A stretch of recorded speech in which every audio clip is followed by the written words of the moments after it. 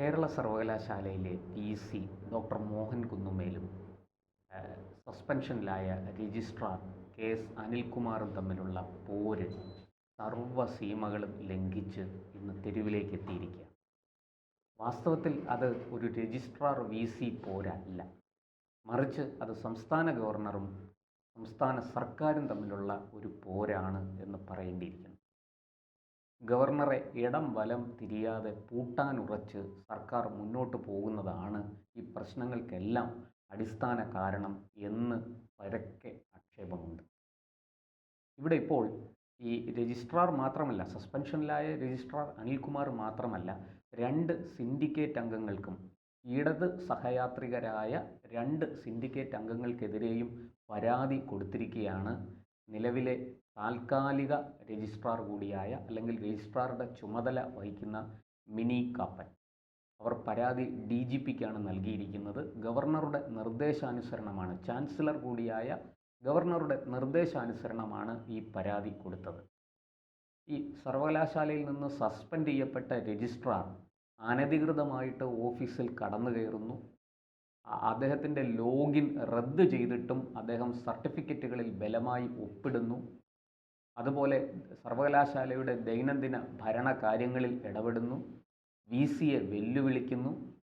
പ്രവേശനമില്ലാത്ത online യോഗത്തിൽ അദ്ദേഹം തൻ്റെ ലിങ്ക് ഉപയോഗിച്ച് കയറി പങ്കെടുക്കുന്നു.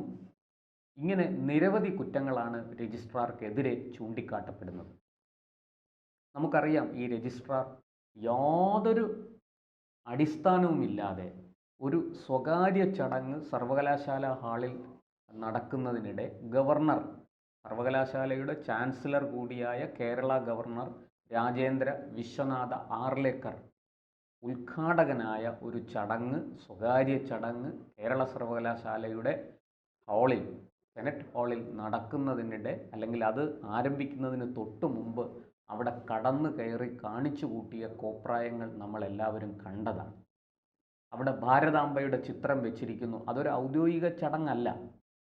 അവിടെ ഭാരതാംബയുടെ ചിത്രം വയ്ക്കാൻ പാടില്ല എന്ന് മുൻകൂട്ടി രജിസ്ട്രാറോ യൂണിവേഴ്സിറ്റി അധികൃതരോ ആരോടും പറഞ്ഞിരുന്നില്ല. ഈ സ്വകാര്യ ചടങ്ങ് സംഘടിപ്പിച്ച, അടിയന്തരാവസ്ഥയുമായി ബന്ധപ്പെട്ട ഒരു പുസ്തക പ്രകാശനം ഉൾപ്പെടെയുള്ള ആ ചടങ്ങ് സംഘടിപ്പിച്ച ആരോടും അത് പറഞ്ഞിരുന്നില്ല. അവർ ഈ സ്വകാര്യ ചടങ്ങാകുമ്പോൾ അവർ നമ്മുടെ സർവകലാശാലയുടെ നിയമങ്ങൾക്കും ചട്ടങ്ങൾക്കും വിരുദ്ധമായി പ്രവർത്തിക്കരുതെന്നേ ഉള്ളൂ. അവർ അവിടെ ഒരു ചിത്രം വെച്ചു, ഒരു ഭാരതാംബയുടെ ഒരു ചിത്രം വെച്ചു. അത് ഗവർണർ അതിൻ്റെ മുമ്പിൽ പുഷ്പാർച്ചന നടത്താൻ ആ പരിപാടിയിൽ അവർ ഉൾക്കൊള്ളിച്ചു ആ ചടങ്ങ്. അതിനെ ആ പരിപാടിക്ക് തൊട്ട് മുമ്പ് അവിടെ കടന്നു കയറി ഈ രജിസ്ട്രാർ ഈ പരിപാടി റദ്ദാക്കിയതായും അനുമതി നിഷേധിച്ചതായും ഒക്കെ പറഞ്ഞ് അവരെ വിരട്ടി, ഭീഷണിപ്പെടുത്തി.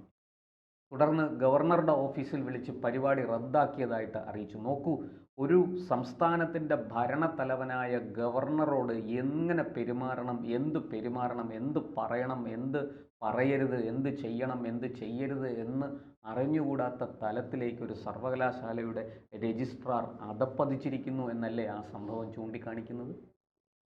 അങ്ങനെ ഗവർണർ വി.സിയോട് അന്വേഷിക്കാൻ നിർദ്ദേശിച്ചു, റിപ്പോർട്ട് ആവശ്യപ്പെട്ടു. ആ റിപ്പോർട്ടിൻ്റെ അടിസ്ഥാനത്തിൽ രജിസ്ട്രാറെ സസ്പെൻഡ് ചെയ്തു. ഈ സസ്പെൻഷനിലായ രജിസ്ട്രാർ അദ്ദേഹത്തിൻ്റെ ലോഗിൻ റദ്ദാക്കിയിട്ട് പോലും ഓഫീസിൽ കടന്നു കയറി കമ്പ്യൂട്ടർ തുറന്ന് പല ഫയലുകളും ഒപ്പിടാൻ ശ്രമിച്ചു. വിദ്യാർത്ഥികളുടെ സർട്ടിഫിക്കറ്റുകളിലടക്കം ഈ രജിസ്ട്രാർ ഒപ്പിടാൻ ശ്രമിച്ചു. സസ്പെൻഷൻ കാലയളവിൽ ഈ രജിസ്ട്രാർ ഒപ്പിട്ടാൽ ആ സർട്ടിഫിക്കറ്റിന് സാധുതയില്ല, നിയമസാധുത ലഭിക്കില്ല എന്നുള്ളത് അറിയാത്തയാളല്ല രജിസ്ട്രാർ. ഉടനെ ഇടത് സിൻഡിക്കേറ്റ് അംഗങ്ങളെല്ലാം ഒത്തുചേർന്ന് അനധികൃതമായി ഒരു യോഗം വിളിച്ച് വൈസ് ചാൻസലർ അധ്യക്ഷത വഹിക്കണം എന്ന നിയമം പോലും കാറ്റിൽ പറത്തി ഒരു യോഗം ചേർന്ന് ഈ സസ്പെൻഷൻ അങ്ങ് പിൻവലിച്ചു. ഇതൊക്കെ നടത്താൻ ഇവർക്ക് എങ്ങനെ ധൈര്യം കിട്ടി എന്ന ചോദ്യമാണ് ഉയരുന്നത്. അതിനെ തുടർന്നാണ് ഇപ്പോൾ ഈ സമരം, അല്ലെങ്കിൽ ഈ ഒരു പോര് തെരുവിലേക്ക് എത്തി നിൽക്കുന്നത്. നാണം കെട്ടിരിക്കുകയാണ് കേരള സർവകലാശാലയും സർക്കാരും ഒക്കെ. എന്തിനാണിത് ചെയ്യുന്നത്? വിദ്യാർത്ഥികളുടെ, ഉന്നത വിദ്യാഭ്യാസം നേടുന്ന വിദ്യാർത്ഥികളുടെ ഭാവി വെച്ച് കളിക്കുകയാണ് സർക്കാരും ഈ ഇടത് സിൻഡിക്കേറ്റ് അംഗങ്ങളും രജിസ്ട്രാറും. ഇത് കൂടാതെ ഈ രജിസ്ട്രാർ ഈ പറയുന്നത് പോലെ അവിടെ കടന്നു കയറി ഈ സർവകലാശാലയുടെ ദൈനംദിന പ്രവർത്തനങ്ങളിൽ ഇടപെട്ട് അത് അലങ്കോലപ്പെടുത്താൻ ശ്രമിക്കുന്നു എന്നുള്ള പരാതി കൂടാതെ അവിടെ ഈ ഇടത് സിൻഡിക്കേറ്റ് അംഗങ്ങൾ ഈ സർവകലാശാല ആസ്ഥാനത്തെത്തുകയും ജീവനക്കാരെ വിളിച്ചു വരുത്തി ഭീഷണിപ്പെടുത്തുകയും ചെയ്തതായിട്ടാണ് രണ്ടാമത്തെ പരാതി. അതായത് ഷിജു ഖാൻ, മുരളീധരൻ പിള്ള, ഇങ്ങനെ രണ്ടുപേർ അവിടെ വരികയും ജീവനക്കാരെ വിളിച്ചു വരുത്തി രജിസ്ട്രാർക്ക് ലോഗിൻ ഐ ഡി മടക്കി കൊടുക്കണമെന്നും രജിസ്ട്രാറെ ഈ സർട്ടിഫിക്കറ്റുകൾ ഒപ്പിടാൻ രജിസ്ട്രാറുമായിട്ട് ബന്ധപ്പെട്ട് കാര്യങ്ങൾ ഏൽപ്പിക്കണമെന്നും ഒക്കെ ആണ് അവരുടെ ആവശ്യം. ജീവനക്കാർ അത് നിഷേധിച്ചു. അവർക്കത് ചെയ്യാൻ കഴിയില്ല എന്നവർ പറഞ്ഞു. അതിന് വനിതാ ജീവനക്കാരെ അടക്കം അസഭ്യം പറയുകയും ഭീഷണിപ്പെടുത്തുകയും ചെയ്തു എന്നാണ് ഈ താൽക്കാലിക രജിസ്ട്രാറുടെ ചുമതല വഹിക്കുന്ന ഡോക്ടർ മിനി കാപ്പൻ DGPക്ക് നൽകിയ പരാതിയിൽ പറയുന്നത്. ഇങ്ങനെ എല്ലാം കൊണ്ടും അങ്ങേയറ്റം ജീർണിച്ച് നാറി ദുർഗന്ധം വമിക്കുന്ന ഒരു അവസ്ഥയിലേക്ക് കേരള സർവകലാശാലയെ എത്തിച്ചിരിക്കുകയാണ് ഇടതു ഭരണകൂടം. കഴിഞ്ഞ ദിവസം അതുപോലെ തന്നെ PM ഉഷ എന്ന് പറയുന്ന ഒരു പദ്ധതിയുണ്ട്. UGCയുടെ, പ്രധാനമന്ത്രിയുടെ, കേന്ദ്ര സർക്കാരിൻ്റെ ഒക്കെ ഫണ്ട് കിട്ടുന്ന ഒരു പദ്ധതിയാണ്. 100 കോടി രൂപയാണ് സർവകലാശാലയ്ക്ക് ലഭിക്കുക. അതിൻ്റെ 100 കോടി രൂപ എങ്ങനെ ചെലവഴിക്കണം എന്നതിനെക്കുറിച്ച് ചർച്ച ചെയ്യാൻ ഒരു ഓൺലൈൻ യോഗം VC വിളിച്ചു ചേർത്തു. ആ ഓൺലൈൻ യോഗത്തിലേക്ക് അതിക്രമിച്ച് കയറി, എങ്ങനെയോ അതിൻ്റെ ലിങ്ക് സമ്പാദിച്ച് അതിക്രമിച്ച് കയറിയ ഈ രജിസ്ട്രാർ KS അനിൽകുമാർ, സസ്പെൻഷനിലായിരിക്കുന്ന രജിസ്ട്രാർ KS അനിൽകുമാർ ആ യോഗം അലങ്കോലപ്പെടുത്താൻ ശ്രമിച്ചു. നിരവധി തവണ VC അടക്കമുള്ളവർ അദ്ദേഹത്തിനോട് പുറത്തു പോകാൻ നിർദ്ദേശിച്ചു. അദ്ദേഹം പുറത്തു പോകാതെ ആ ഓൺലൈൻ യോഗത്തിൽ തുടരുകയും VCയുമായിട്ട് കൊമ്പ് കോർക്കുകയും ചെയ്തു. ഇതൊക്കെ നമ്മുടെ നാട്ടിൽ കേട്ടുകേൾവിയില്ലാത്തതാണ്. ഇത്തരത്തിൽ പ്രവർത്തിക്കുന്നത് കൊണ്ട് ഇവിടെ ആരാണ് വിജയിക്കുന്നത്? സർവകലാശാലയുമായി ബന്ധപ്പെട്ട കേസുകളിലെല്ലാം സുപ്രീം കോടതിയിൽ നിന്നടക്കം തിരിച്ചടി കിട്ടിയിട്ടും സംസ്ഥാന സർക്കാർ പഠിക്കുന്നില്ല. ഇത് ആരെ സംരക്ഷിക്കാനാണ്, ആരുടെ ഭാവി ഭദ്രമാക്കാനാണ് സർക്കാർ ഈ തുനിഞ്ഞിറങ്ങിയിരിക്കുന്നത് എന്ന ചോദ്യമാണ് ഉയരുന്നത്. ഇവിടെ നമ്മൾ ഈ പറഞ്ഞതുപോലെ കണ്ണൂർ VC ആയിരുന്ന ഗോപിനാഥ് രവീന്ദ്രൻ്റെ നിയമനമടക്കം, ആ നിയമനത്തിലടക്കം നിരവധി പേരെ പിൻവാതിലിലൂടെ അധ്യാപകരായും അസിസ്റ്റൻറ്റ് പ്രൊഫസർമാരുമായിട്ടും ഒക്കെ നുഴഞ്ഞു കയറ്റാൻ ശ്രമിച്ച ആ ശ്രമങ്ങൾക്കൊക്കെ കോടതികളിൽ നിന്ന് കനത്ത തിരിച്ചടിയാണ് ലഭിച്ചത് സർക്കാരിന്. എന്നിട്ടും ഈ സർക്കാർ അതൊന്നും മനസ്സിലാക്കാതെ, അതൊന്നും തിരിച്ചറിയാതെ ഈ മുഷ്കുമായിട്ട് മുന്നോട്ട് പോവുകയാണ്. ചാൻസലർ കൂടിയായ ഗവർണറെ തങ്ങളുടെ വരുതിക്ക് നിർത്താം എന്നാണ് സർക്കാരും ഈ ഇടത് സിൻഡിക്കേറ്റ് അംഗങ്ങളും ഒക്കെ വിചാരിച്ചിരിക്കുന്നത്. ഇത് കേരളമാണ്, ഇവിടെ എന്തൊക്കെയോ വലിയ സംരക്ഷണം, വലിയ ശക്തി തങ്ങൾക്കുണ്ട്, ഇവിടെ നിങ്ങളുടെ ഒന്നും തിട്ടൂരം നടക്കില്ല എന്നാണ് അവർ പറയുന്നത്. UGC നമുക്കറിയാം, എല്ലാ സംസ്ഥാനങ്ങൾക്കും UGC നിയമം ബാധകമാണ്. അവിടുത്തെ സർവകലാശാലകൾ UGCയുമായിട്ട് ബന്ധപ്പെട്ട് UGCയുടെ കീഴിൽ പ്രവർത്തിക്കുന്ന സർവകലാശാലകൾക്കെല്ലാം UGCയുടെ വകുപ്പും ചട്ടങ്ങളും ബാധകമാണ്. ഇനി അതത് സംസ്ഥാനങ്ങളിൽ സർവകലാശാലകൾക്ക് വേണ്ടിയും അതത് സംസ്ഥാന സർക്കാരുകൾ നിയമം ഉണ്ടാക്കിയിട്ടുണ്ട്. ഇതൊന്നും ഈ പറയുന്ന നിയമങ്ങളും ചട്ടങ്ങളും വകുപ്പുകളും ഒന്നും തങ്ങൾക്ക് ബാധകമല്ല എന്ന നിലപാടിലാണ് ഈ കേരള സർവകലാശാലയിലെ സസ്പെൻഷനിലായ രജിസ്ട്രാറും ഇടത് സിൻഡിക്കേറ്റ് അംഗങ്ങളും മുന്നോട്ട് പോകുന്നത്. വർഷങ്ങളായി തുടരുന്ന, പതിറ്റാണ്ടുകളായി തുടരുന്ന നിയമം, അതിൻ്റെ ആ വകുപ്പുകൾ, ചട്ടങ്ങൾ ഒക്കെ കാറ്റിൽ പറത്തിക്കൊണ്ടാണ് ഇവരുടെ മുന്നോട്ടുള്ള പോക്ക്. ഇത് വകവെച്ചു കൊടുക്കാൻ VCയും ഗവർണറും തയ്യാറല്ല. പിന്നെ ഗവർണർ ഇവരെ പോലെ തെരുവിലിറങ്ങി ബഹളം കൂട്ടാനോ പ്രതിഷേധിക്കാനോ ഒന്നും അദ്ദേഹം അതിൻ്റെ ഭാഗമാകാതെ മാറി നിന്ന് കൃത്യമായിട്ട് നിയമത്തിൻ്റെ വഴിക്ക് മുന്നോട്ട് പോവുകയാണ്.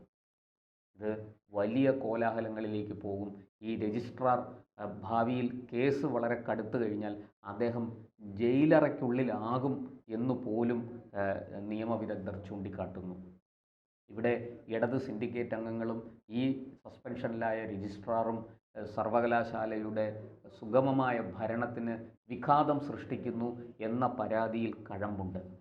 അത് തള്ളിക്കളയാവുന്നതല്ല. തീർച്ചയായിട്ടും ഗവർണർ ഇത് സംബന്ധിച്ച് ഒരു തവണ DGPയെ നേരിട്ട് വിളിച്ചു വരുത്തി സംസാരിച്ചതാണ്, രാജ്ഭവനിലേക്ക് വിളിച്ചു വരുത്തി സംസാരിച്ചതാണ്. ഇനി അടുത്തത് കടുത്ത നടപടികളിലേക്ക് ഗവർണർ പോകുമെന്ന് തീർച്ചയാണ്. നിരവധി തവണ ഉന്നത വിദ്യാഭ്യാസ മന്ത്രി അടക്കം രജിസ്ട്രാറുടെ സസ്പെൻഷൻ പിൻവലിക്കണം എന്നാവശ്യപ്പെട്ട് ഗവർണറെ നേരിട്ട് കണ്ട് അഭ്യർത്ഥിച്ചു. ഗവർണർ തിരിച്ച് വി സി നൽകിയ അന്വേഷണ റിപ്പോർട്ടിൻ്റെ പകർപ്പ് മന്ത്രിക്ക് നൽകിയാണ് അതിന് മറുപടി പറഞ്ഞത്. നിയമം കയ്യിലെടുക്കാൻ ആർക്കും അധികാരമില്ല. അതിന് രജിസ്ട്രാർ തുനിഞ്ഞു നിയമം കയ്യിലെടുത്തു എന്നാണ് വി സി നൽകിയിരിക്കുന്ന റിപ്പോർട്ടിൽ പറയുന്നത്. ഇതെല്ലാം കൂടി വെച്ച് നോക്കുമ്പോൾ ഈ കേരള സർവകലാശാല ഭരണം നശിപ്പിച്ച് സർവകലാശാലയുടെ ദൈനംദിന പ്രവർത്തനത്തെ അട്ടിമറിച്ച് തകിടം മറിച്ച് ഉന്നത വിദ്യാഭ്യാസ രംഗത്തെ ഒരു ആകെ തകർക്കുന്ന രീതിയിലാണ് ഇവരുടെ പോക്ക് എന്ന് മനസ്സിലാകും. ഈ ഇടത് സിൻഡിക്കേറ്റ് അംഗങ്ങൾ അടക്കമുള്ളവരെ നിലയ്ക്ക് നിർത്താൻ പാർട്ടിയും സംസ്ഥാന സർക്കാരും തയ്യാറായില്ലെങ്കിൽ കേരളത്തിൻ്റെ പ്രത്യേകിച്ചും തലസ്ഥാന ജില്ലയിലെ ഈ തിരുവനന്തപുരം, കൊല്ലം, ആലപ്പുഴ, പത്തനംതിട്ട അടക്കമുള്ള ജില്ലകളിലെ കോളേജുകളുടെ പ്രവർത്തനം താറുമാറാകും. ഉന്നത വിദ്യാഭ്യാസം അവിടെ നിലയ്ക്കും. ഈ ജില്ലകളിൽ നിലച്ചു പോകും. കേരള സർവകലാശാലയ്ക്ക് കീഴിൽ വരുന്ന കോളേജുകളാണ് ഈ ജില്ലകളിലുള്ള 90% കോളേജുകൾ. ഇവിടെ മുഴുവനും എല്ലാ കോളേജുകളുടെയും പ്രവർത്തനം നിലയ്ക്കുന്ന അല്ലെങ്കിൽ സ്തംഭിപ്പിക്കുന്ന തരത്തിലാണ് ഈ സസ്പെൻഷനിലായ രജിസ്ട്രാറും രജിസ്ട്രാറിനെ പിന്തുണയ്ക്കുന്ന ഇടത് സിൻഡിക്കേറ്റ് അംഗങ്ങളും മുന്നോട്ട് പോകുന്നത്. ഇത് ഒട്ടും ആശാവഹമല്ല. ഇത് വലിയ ദോഷം ചെയ്യും. ഉന്നത വിദ്യാഭ്യാസ മേഖലയെ തകർക്കുന്ന നീക്കങ്ങളാണ് ഈ നടന്നുകൊണ്ടിരിക്കുന്നതെന്ന് പറയാതിരിക്കാൻ കഴിയില്ല.